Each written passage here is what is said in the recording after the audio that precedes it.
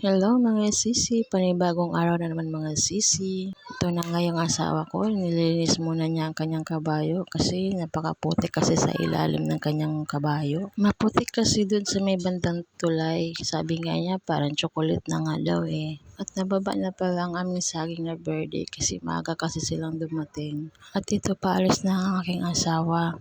Pag alis pala niya, ako na may nagsasampay ng mga damit na hindi pa natuyo.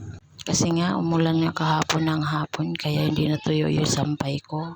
Kaya for the sampay ang inyong sisi. Ito na lang pala ang almusal ko mga sisi. Nagluto na lang pala ako ng kanton at nilagyan ko ng kanin at saka patatas kasi nga may adobo kami kagabi. Kain tayo mga sisi. At itong asawa ko pala mga sisi, dali-dali nga niyang kinuha yung plastic sa ilalim at tinakip niya sa mangga niya kasi nga paulan. Ayan, tingnan niyo naman ang langit. Ang itim-itim na, pabagsak na nga ang ulan sa mga oras na ito mga sisi.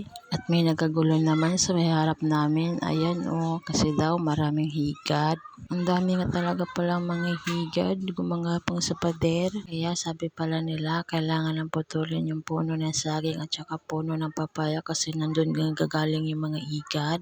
Nililipad pala ng hangin ang mga higad mga sisi kasi nga mahangin sa mga oras na ito kasi nga paulan. Kaya naghanap pala sila agad ng itak para maputulan nila yung puno ng saging at saka puno ng papaya kasi kahit naman naulan, hindi pa rin sila tumigil sa pagputol. Hindi ko na pala nakuna ng video ang pagputol nila kasi nga pumasok ako sa loob kasi nagising si Jacob. At ito nga ang asawa ko nagkakamada na naman para sa pagtinda ng hapon. Kahit hindi kalakasan ng ulan, kaso matagal naman nawala. Pagkatapos pala niyang magkamada mga sisi, huminahina nga yung ulan. Sabi nga niya, ihanda ko na daw yung timbangan kasi nga aalis na kami. Sumama pala ako sa palengke mga sisi kasi nga may gagawin ako doon saglit pero uwi naman ako kaagad.